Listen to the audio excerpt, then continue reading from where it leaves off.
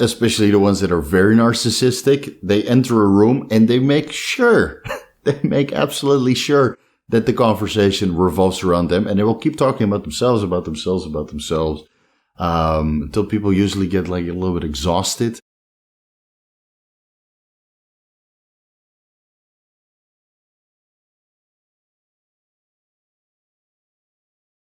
Welcome to Vigorous Mindset. I'm Coach Steve. Let's continue with the video series about behavioral and personality disorders in the fitness industry, even though it took a little break to get over the Tremboloni sandwich. But now that that's done, let's pick up where we left off. And I want to discuss a term that I kind of introduced myself. Most of you guys have never heard of this, but here it is. It's called the main man syndrome, which is not clinically recognized, but it's rather a combination of two different personality disorders, one being the antisocial personality disorder, also known as sociopathy, or people being labeled as a sociopath, which are people that are unable to consider other people's feelings or not able to have any empathy, put themselves in other people's shoes, and, generally try to manipulate people to get what they want. And then there's narcissistic personality disorder, which is, of course, very common in the fitness industry. And these are people that, think that everything revolves around them. They have an incredibly inflated a feeling of self-importance. They fuel off the admiration from people, whether that's online or in their direct social network. Everything revolves around them. And when they get criticized, they lose their minds. I'm sure you guys have seen it happen many, many times in the fitness industry. You get a little bit of criticism and they completely go batshit crazy. Those people suffer from narcissistic personality disorder. And there's plenty of people that are suffering from antisocial personality disorder and completely deplete their network for all that they're worth and completely disregard that those people in their network, whether that's friends, family, people at the gym, their coach, would like to get a little bit of recognition for their investment in this person as well. So when you combine these two terms, you're left with main man syndrome, which is unfortunately very common in the fitness industry. A lot of people suffer from this personality disorder, and I don't think there's a cure. When you talk to a psychiatrist and you tell them, or you ask them, how do you resolve antisocial personality disorder, or how do you resolve narcissistic personality disorder? And they will say, yeah, there's kind of no cure for it. And the people that do get cured, they're not really fully cured. They're managing the condition by giving or by lowering their feeling of self-importance or being able to place themselves into other people's shoes. But it's like, 10% of the patients that actually resolve these conditions. So let's say you combine both conditions and you're suffering from main man syndrome. That's what it's going to be for the rest of your life. So this video is mostly a method for the guys that are giving, caring, for the young and inspiring coaches out there that would like to give back to the fitness industry. This video is for you, so you can learn how to recognize these kind of people and avoid them altogether, or maybe give them a minimal amount of your time so you don't get hurt in the process. Because again, people with antisocial personality disorder will never understand that you would like to get some recognition for your investment in their success. And people that suffer from narcissistic personality disorder, they're so self-absorbed that they don't recognize your investment either. So be careful, guys. This video is for you if you're a coach or you're caring, a supportive partner. If this happens to you, you see some of these personality traits in the people that you're trying to support or trying to help. Take it from me. Stay clear. Stay clear. You will never get the monetary incentive you deserve. You will never get the recognition you deserve. And never get the appreciation you deserve for the time investment and the energy investment and the love investment and the knowledge investment you place into this person. So how can we recognize people that suffer from main man syndrome? We can go by the reviews. Main man syndrome, whether it's due to the antisocial aspect, the sociopathic aspect, or the narcissistic aspect. After 1 year of that kind of behavior, they're usually left with a bad review and they move on to a different social network and then deplete the people in that new social network. So people that move around a lot, go from country to country or from gym to gym or from network to network, from sponsor to sponsor, from coach to coach. Those guys usually don't have a good review from the people that they left, whether that's at their gym or their coach or their sponsor. And if the general review or the general consensus that this person is intolerable and only cares about themselves and not fulfilling their obligations for the people that support them, you should avoid them altogether. Altogether. They can be very charismatic. They can be very approachable, very complimentary to you, so they can get what they want because they're sociopaths and they're narcissists.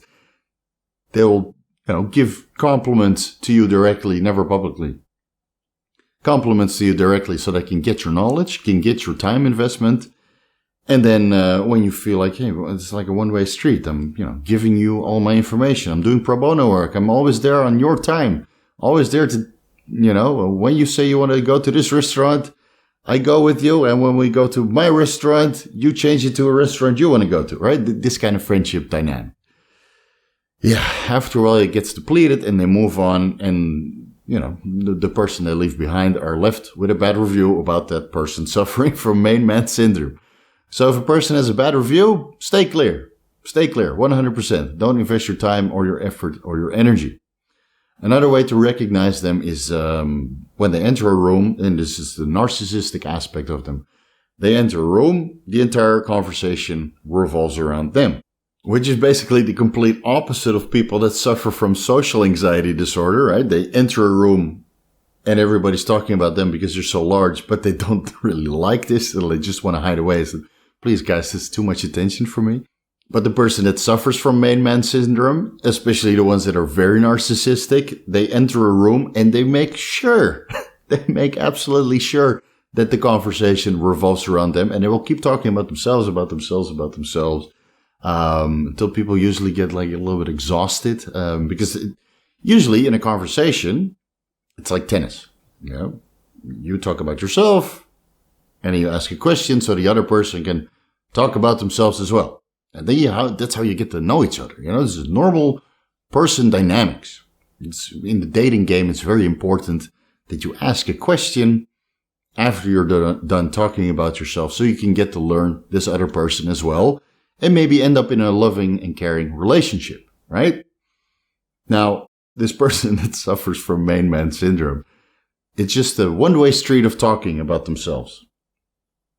And then when they let the other person talk, it's either to raise their own standards, to feed them with compliments, or to feed them with information so they can lower their standard even higher. So in the fitness industry, of course, these guys will lengthily talk about themselves and then proceed to ask drug questions or questions that could benefit them and only them. So if you're a coach, they'll ask drug questions or health, blood work questions or training questions, etc. But they will never ask you, hey, how's your wife? How's your house? How's your car? How's your life? Where did you go to study? They will not give you the room to give a little bit of an introduction and talk about yourself as well. Those guys you avoid as well. You will know within 15 minutes. You have the 15-minute rules, which applies to dating as well. You give a girl 15 minutes. If she only talks about herself and never asks you a question, you just move on. Take it from me. It will continue to be like this during the entirety of your relationship. It's very common, right? In relationship, when there's one person that is suffering from the main man syndrome, could be men and women. It's not sex specific. There's one partner that is loving and caring and giving, and one partner where everything revolves around to. You see that with a lot of competitors. They will never post their partner on their social media. It's only pictures of themselves where they look nasty, shredded, and hard, and absolutely amazing for the 1 or 2 days that they were actually in contest shape, or the weeks leading up to it. And then there's no pictures of the off season, obviously, because they're such deep narcissists that they can't show themselves on a day they don't look absolutely amazing, and they fuel off these compliments that you see in the comment section. And they never post their partner either, because they're in the supportive role, and their partner, they perceive them to be in a less important role than themselves. So that's another giveaway if you see somebody is in a relationship and they never post a picture of their partner, stay clear. If they can't even appreciate their partner, how do you think they're going to appreciate their coach or their friend? Or, no, it's not really friendship if it's one way, right? I used to have friends like that, man. It's, I learned the hard way too, by either doing pro bono work about people who never recognize you for all the time investment that you gave them, coaching them all the way to the top and to $100,000 worth of prize money. And they don't even give you a percentage.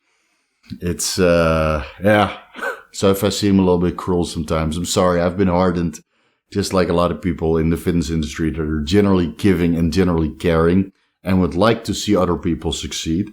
And I've seen it happen with friends as well. I mean, quote unquote friends. One way direction. When you want to meet, their time.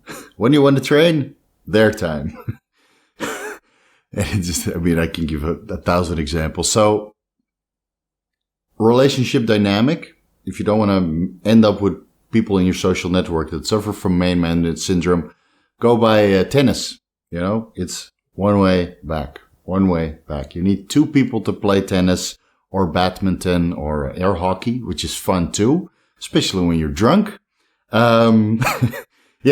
Different story for a different video. So you need 2 people to make it work. And if you're only shooting, tennis one direction and they're just catching and putting in their pocket and catching, putting in their pocket because you're serving so well that allows them to catch every ball that you throw at them or swing at them. Those people are the main man syndrome people. And you should stay clear. Stay clear because they will never throw the ball back and they will just keep collecting the balls you throw at them. So maybe one of those balls probably the last ball that you throw when you're disgruntled about this relationship is the one that lands in their face. Yeah. And then you leave with a derogatory comment. And the one-way friendship is over.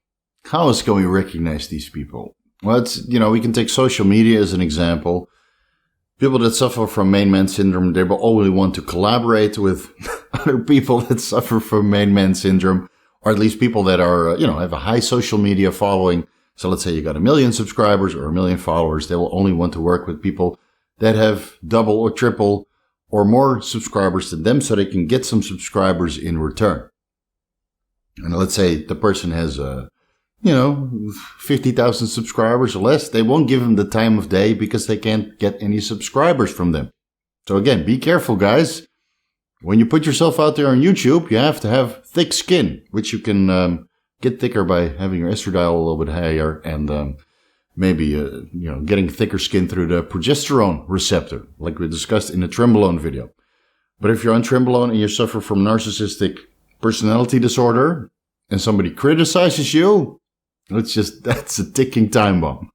So if you suffer from main man syndrome, Trenbolone is definitely not a good compound to take, because that will just put you that will put yourself on the pedestal, off the screen.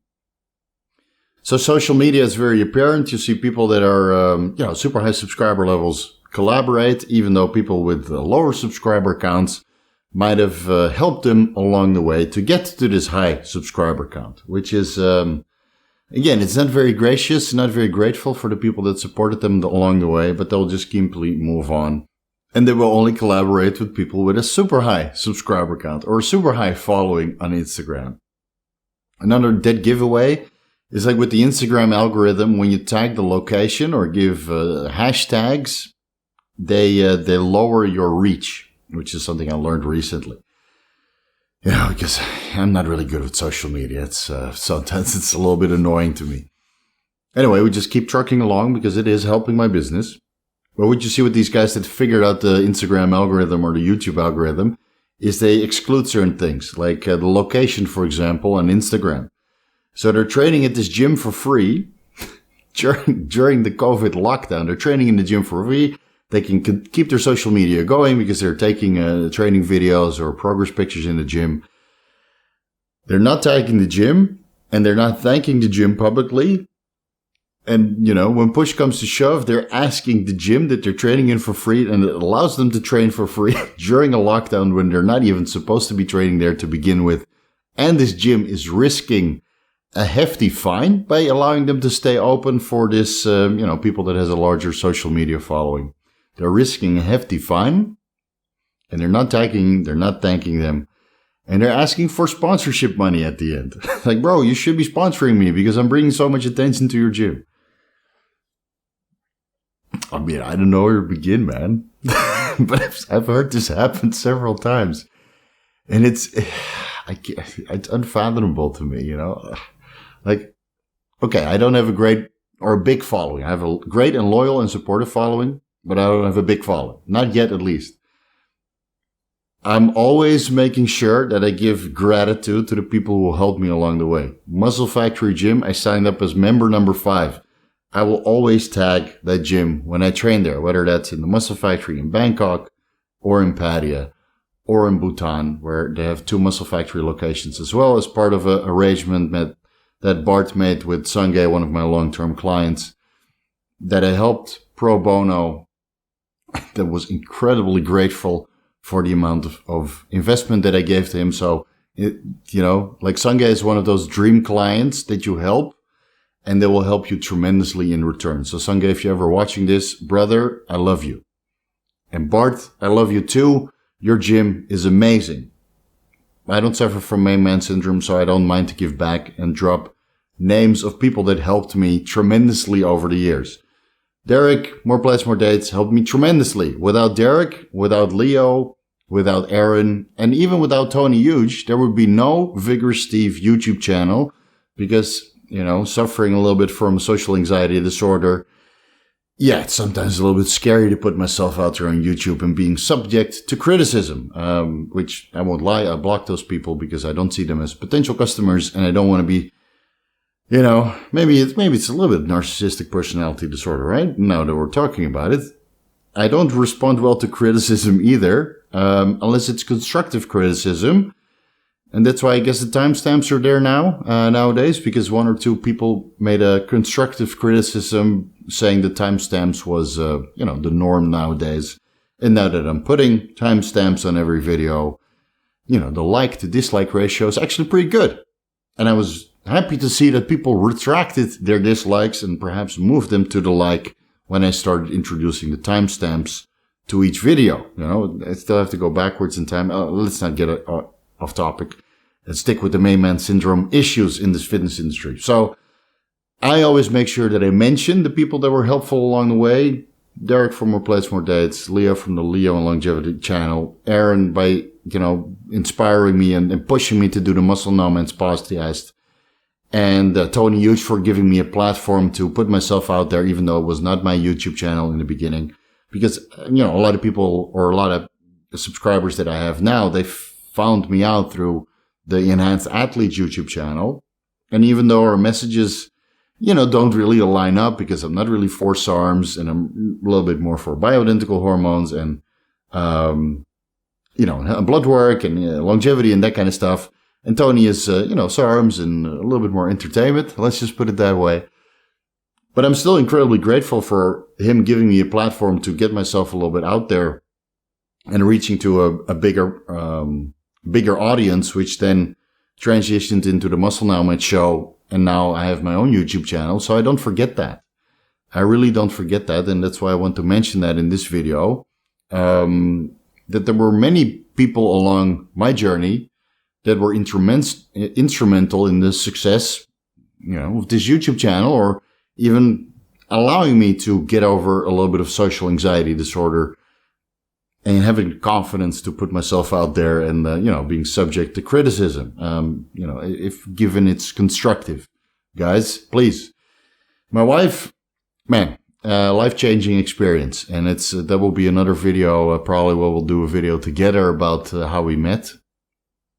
But my wife has been instrumental in the betterment of me as a person, because I was not this person before I met her. I was, a little bit narcissistic and self-revolving as well. So I think it's pretty much resolved at this point, as has my social anxiety disorder has been resolved over the last few years by moving to Thailand and being a little bit more open.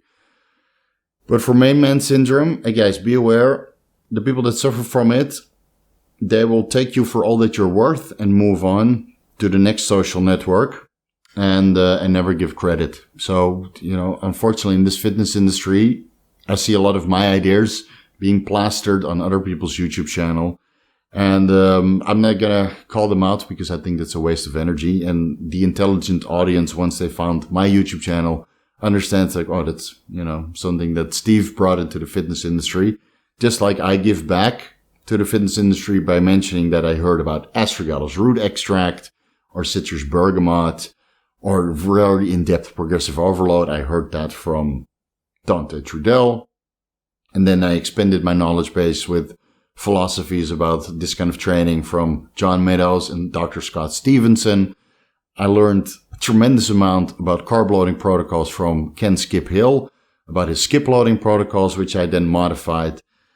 A lot of dieting information that I learned regarding the combination of certain micronutrients. I learned from Stan Efferding, which I know you're watching this channel, maybe not all the videos, but I know you're watching this channel and you're recommending this channel to some of your followers, so I'm highly grateful for that as well. I learned some of my diet practices from the Stan Efferding Vertical Diet when he released the first ebook and a second ebook and a third ebook. I can highly recommend you guys purchase that ebook. It's very informative.